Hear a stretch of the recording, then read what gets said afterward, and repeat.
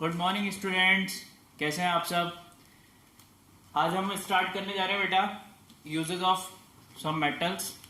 और उससे पहले देख लेते हैं एक बार, कल हमने जो रिएक्टिविटी सीरीज पढ़ी थी उसको एक बार देख लेते हैं क्या होती थी रिएक्टिविटी सीरीज। देखो, रिएक्टिविटी सीरीज हो रही थी बेटा आपकी, जो हमें बता रही थी कि किसी भी मेटल्स की रिएक्टिविटी कितनी होती है, कौन सी मेटल कितनी ज्यादा रिएक्टिव है, कौन सी मेटल नेचर में रिएक्टिव नहीं है, वो हमें किससे पता लग रहा था, रिएक्टिविटी सीरीज से पता लग रहा था। ओके, तो टॉप मोस्ट पे जो मेटल थी हमारे पास वो मोस्ट रिएक्टिव थी। कौन सी मेटल होती है, वो लिथियम मेटल होती है। कौन सी होती है, लिथियम।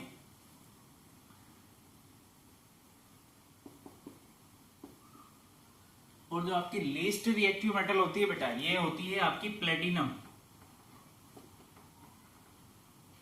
ओके, फिर हमने देखा था कि हाइड्रोजन के ऊपर आप जा रहे हो तो रिएक्टिविटी क्या होगी आपकी, इंक्रीज होगी। देखो, रिएक्टिविटी इंक्रीज होगी धीरे धीरे। Lead, iron, zinc, aluminium, magnesium, इन सब की रिएक्टिविटी क्या होगी, इंक्रीज होगी।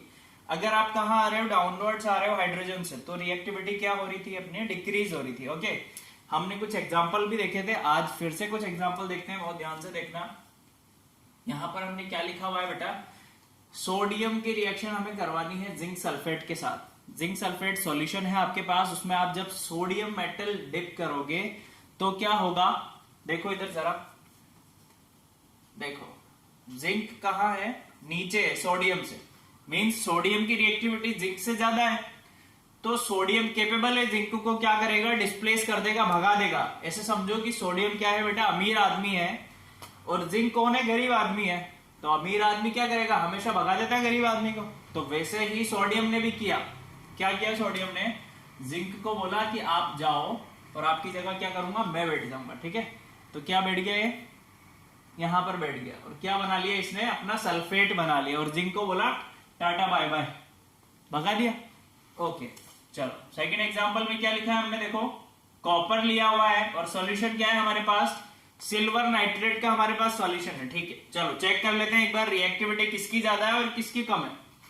कॉपर की रिएक्टिविटी देखो, ये रहा सिल्वर, ये है अपना कॉपर। तो रिएक्टिविटी हाइड्रोजन से डाउनवर्ड्स अगर आओगे तो ऐसा डिक्रीज होगी। सबसे कम प्लेटिनम की, फिर ऑरम, फिर अर्जेंटम, फिर मर्क्यूरी, फिर कॉपर। मींस कॉपर की रिएक्टिविटी सिल्वर से ज्यादा है, तो कॉपर इज कैपेबल। तो कॉपर भी क्या करेगा, इसे डिस्प्लेस कर देगा, कर दिया, अपना नाइट्रेट बना लिया, सिल्वर को बोला आप जाओ। ओके, इधर देखो, हमने आपकी बार लिया है कॉपर सल्फेट सॉल्यूशन, ये रहा कॉपर। ठीक, उसमें कौन सी मेटल डिप की है आपकी बार अपन ने, मैग्नीशियम। मैग्नीशियम की रिएक्टिविटी देखो बहुत ज्यादा है कॉपर से, ये रही। तो मैग्नीशियम भी क्या करेगी, कॉपर को डिस्प्लेस कर देगी और अपना सल्फेट बना लेगी, कॉपर निकाल दे। चलो अब देखना ध्यान से बेटा, ये है सिल्वर, ये है मेरे पास सल्फ्यूरिक एसिड। क्या है ये, sulphuric acid. Okay fine, sulphuric acid, और इधर है मेरे को सिल्वर मेटल डिप करनी है सल्फ्यूरिक एसिड में। तो क्या सिल्वर कैपेबल है हाइड्रोजन को डिस्प्लेस करने के लिए, देखो इधर रिएक्टिविटी सीरीज देखनी पड़ेगी आपको। हाइड्रोजन की रिएक्टिविटी ज्यादा होती है किसके कंपैरिजन में, सिल्वर के कंपैरिजन में। तो कभी भी सिल्वर हाइड्रोजन को डिस्प्लेस नहीं कर पाएगा बेटा। ये गरीब आदमी आ गया, ये अमीर आदमी है, तो गरीब आदमी कभी अमीर आदमी को भगा सकता है क्या, नहीं होती उसमें इतनी ताकत। तो रिएक्शन क्या होगी, नहीं होगी, नो प्रोडक्ट फॉर्म। ध्यान रखना, ऐसे क्वेश्चन आपको दे देते हैं डायरेक्टली, बताओ प्रोडक्ट क्या होगा, तो there is no product. Okay, इधर देखो, ये है आपका गोल्ड, ऑरम जिसे आप बोलते हैं, ये है कॉपर। वापस से चेक करो किसकी रिएक्टिविटी ज्यादा, किसकी रिएक्टिविटी कम। तो कॉपर अगर आप देखोगे तो रिएक्टिविटी में ऊपर होगा, किससे, गोल्ड से। गोल्ड इधर आ रहा है, तो ये क्या कर पाएगा, इसे डिस्प्लेस कर पाएगा क्या, नहीं कर पाएगा। ये भी यहां पर भी कोई प्रोडक्ट फॉर्म नहीं होगा, नो प्रोडक्ट।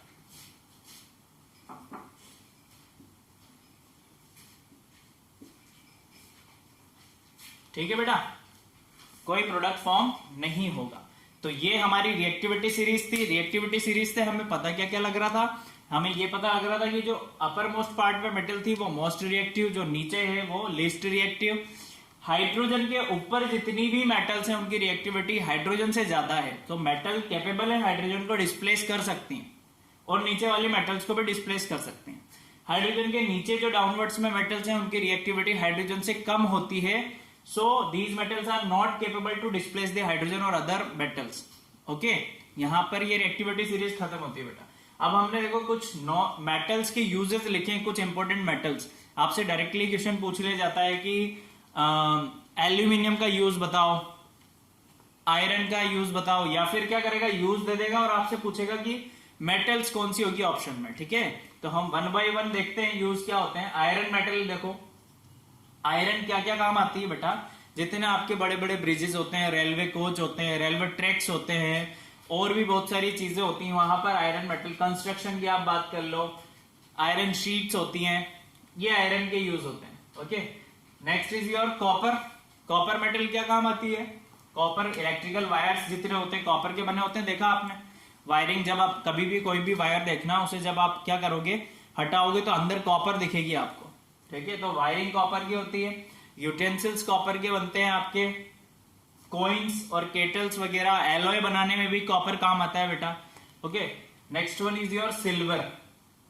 अब सिल्वर कहाँ काम आता है सबको पता है, फर्स्ट थिंग तो ज्वेलरी में। ठीक है, सेकंड और क्या काम आता है, डेकोरेटिव पर्पस के लिए भी काम आता है सिल्वर। इलेक्ट्रोप्लेटिंग में भी सिल्वर की प्लेट्स बनाई जाती है बेटा। ठीक है, और फोटोग्राफी में भी सिल्वर का यूज होता है। Okay, next one is your gold. Gold क्या काम आता है, गोल्ड भी ज्वेलरी के काम आता है। जब फोटोग्राफी में जो टोनिंग होती है बेटा, वो किसकी वजह से होती है, गोल्ड की वजह से। डेकोरेटिव पर्पस में भी यूज किया जाता है gold. Next one is your mercury.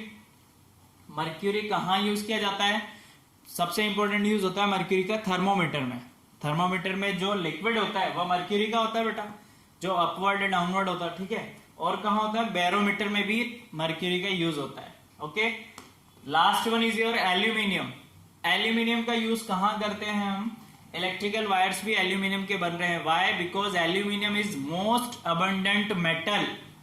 लिख लेना, आप यहां लिख देता हूं मैं नोट डाल के।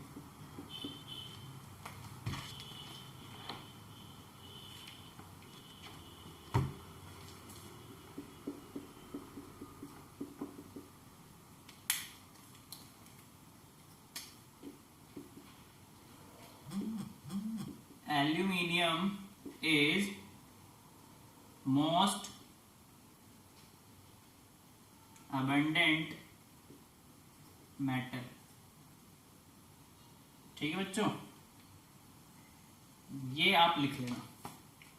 तो यूज क्या क्या होता है, वायर्स बनाने में, डोमेस्टिक यूटेंसिल्स बनाने में, alloys, metallic paint, aluminium foil, जो आप फूड पैकिंग के लिए फॉइल यूज करते हैं वो भी एल्यूमिनियम की ही बनी होती है। Okay, so these are uses of some common metals. Okay, next lecture में हम डिस्कस करेंगे बेटा नॉन मेटल्स के बारे में। मेटल्स हमारा यहाँ पर पूरा कंप्लीट होता है, आप लोगों के इतना ही मेटल है।